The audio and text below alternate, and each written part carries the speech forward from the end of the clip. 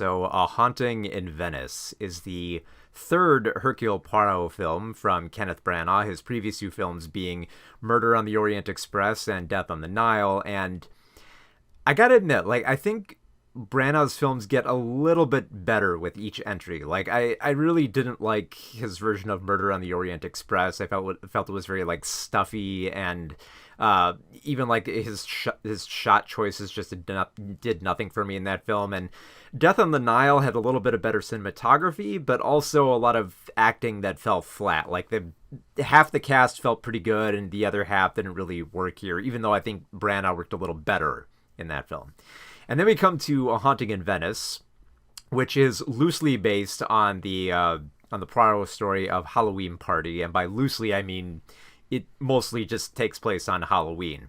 And this is something that I actually like about this film, because this is a film that gets a little bit more inventive. It tries to find something new to do with the character. It tries to present a different sort of mystery. So it's just not the same thing. So I love for example, I love the fact that, you have the setting in Venice. So it provides the perfect scary atmosphere where there's raging waters outside, there's a big storm coming.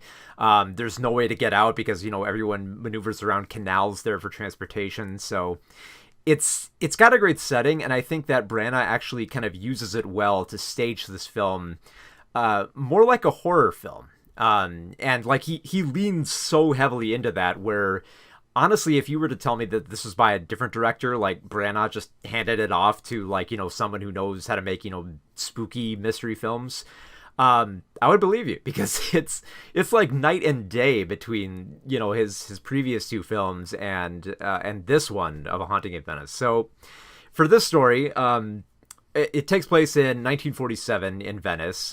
Poirot is retired and trying to keep out of mysteries, but then of course he gets pulled right back in, because that's the nature of his work. So he gets pulled back in by Ariadne Oliver, played by Tina Fey, who is a novelist who wants to see if she can stump Poirot at this Halloween party where there will be a seance. The seance is being called because they believe that there's a curse on this particular residence, in which 1 year ago, I believe, I'm pretty sure it's 1 year ago, a daughter committed suicide there, but they believe that it was part of the curse because of a marking on her that they believe was left behind from a kind of sanitarium that was at this residence previously. So of course, Poirot attends, and he thinks this is going to be an easy slam dunk. I'm dealing with a medium who thinks that she can talk to ghosts, expertly played by Michelle Yeoh. For the brief screen time, she makes this character work with kind of having this sternness, but also kind of trying to lean into the sincerity of what she's trying to do here. And of course, Poirot kind of figures it out instantly once the seance is on, but then a murder follows, and then, of course, Poirot has to unravel everything from there, except he starts seeing trippy visions and starts doubting his own belief in the paranormal and the supernatural while trying to find reasons for everything. And, of course, because it's Poirot, once again played by Kenneth Branagh, he will, of course, figure everything out in the end, but it's those little moments of doubt in between that really make the character more interesting. Because, I mean, even though, this is kind of a retooling of Halloween Party, he's going to solve it by the end, and that there is going to be a reason within the realm outside of the paranormal for everything that's happening and everything that he's seeing. So I doubt that's a big spoiler here. I love the way that this whole large Venice residence is shot, where it looks a little bit decayed. There's darkness lurking behind walls. There's literal skeletons in their closet there. I love the way that it's shot. It gets pretty clever here with some of the shots here. There's a few Dutch angles. There's the tilting of the camera. There's the inverting of turning the camera upside down as it follows a character across the room, and then just beautiful shots of just from the ground level of when a character is trying to make a call or when a character is being drowned. Just the way that it's all set up, it's wonderful to look at. I will say this though, with Branagh's direction, I think at least for the first act, he leans a little bit too heavily into the jump scares. Now, I don't have a problem with jump scares if there is something that's genuinely scary. And there are a few moments like that where I'm like, okay, fine, that works.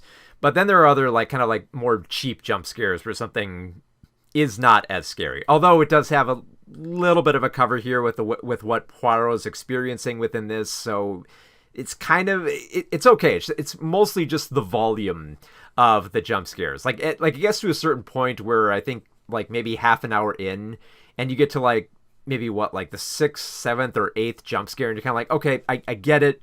It's supposed to be spooky. It's scary. You have enough of that with the atmosphere. I don't think you have to keep going back to this horror bag of tricks here. Like you feel like Branagh's throwing too much out at the screen here, trying to like no, it's gonna be a spooky horror mystery thriller. It's like, yeah, but like you have a great environment and you have good camera shots. You don't need that. You don't need as many jump scares. Like it's scary enough as is. Another questionable thing here is like there's a scene where Poirot unearths some decayed corpses within like a hidden passage within the building, and it's a very terrifying moment, especially with like the water that gushes in to that location, and like the decayed bodies are disgusting, and it's like it's a great scene. It's just the music that they chose here, it feels a little bit too like I'm trying to find the right words here. Like it doesn't really match the tone here. It feels like more of like a TV mystery. Like it's something you might hear on like Murder, She Wrote. And it like there are a few questionable choices like that. But like I said, for the most part, the way that this mystery's set up and the way that it kind of like slowly reveals itself, but not too slow. Like this film's actually, I think it's like about like 100 minutes long. So it's definitely one of like the more trimmer mysteries that Branagh's assembled here. And I think that works to the film's benefit because it proceeds pretty quickly. They dice up like the interviews so that it proceeds at a much more dynamic pacing instead of just, okay, this is my biggest problem with Murder on the Orient Express. It's like, okay, here's this suspect, here's this suspect, here's this suspect, and you don't really get a lot of them crossing paths as much. But in A Haunting in Venice, you actually have a lot of conflicting views, and there's like like I said, very quick editing and pacing here, where there's rarely a moment where you're bored with it. At least for me, like in like the first act, when they're kind of like setting up a little bit of the lore with this place and staging a children's Halloween party just before the seance, it does drag a little bit, but it does a good job introducing most of the characters here. And the cast actually works really well here. There's very few areas where I say like, oh, these characters aren't working here. And I think to the film's credit, I think it has more to do with the fact that you don't have a lot of like bigger name A-listers here. Like I don't want to like try to like diminish the value of the actors here, but the actors they have assembled here are clearly not actors who are just kind of like going to show up, deliver their lines kind of like with like a half thought just because like they think they have natural talent here. Everyone's actually really trying here. Like Kyle Allen as Maxime has a lot of like grit to him, where like he's very like trying to like contain his like emotions, but is finding it really hard in this very engaging situation. Camille Cotton as Olga in this also has like a better like containment of like her fear. Like she's terrified, sure, but you can tell like she's holding way more back than what's showcased on the screen there. Jamie Dornan, I was actually really surprised as Dr. Leslie, who plays this doctor with PTSD who you would think would be valuable in a murder case, but turns out to be, like far too like emotional and, like struggling to deal with himself in this scenario, where it's kind of fascinating to watch him crumble in this. And at the same time, you have like Tina Fey, who's not really mugging it up as much as Oliver here. She does a great job too, also like, being more bound by, struggling to not showcase like how bound she is to get like a good story and prove that Poirot is wrong. So just the casting all around really good. Although like special credit, I do want to bring up Jude Hill as I believe his name was like Leopold. I'm pretty sure it was Jude Hill. The young actor here, who is the son of Dr. Leslie. And the son is probably like the most mature person in this entire murder mystery. Mostly just because, like, you know, he's not as emotionally scarred. Like, he's holding back a lot of his fear. He's trying to, like, maintain order within the room. Like, basically, like, pretty bluntly, like, you can tell that Leopold is the one taking care of his dad here. Like, his dad is struggling to keep it together. Most of the characters here are struggling just to not, cut each other's throats out with how emotionally charged this investigation is, that it almost feels like, Leopold should just study under, like, Poirot at some point with just how contained he is. I think to the credit of the film, it's just, like, the tighter script here. It doesn't allow a lot of, like, fat to linger, where it feels like we're just kind of, like, wasting time here. There's urgency, there's danger to it. There's high stakes to what is going down at this residence that it never bored me for a moment. So, it's like, I'm building it up a lot, but I don't want it to make it seem like, it's like a perfect film. Like I said, it has a lot of issues with too many jump scares, questionable music choices.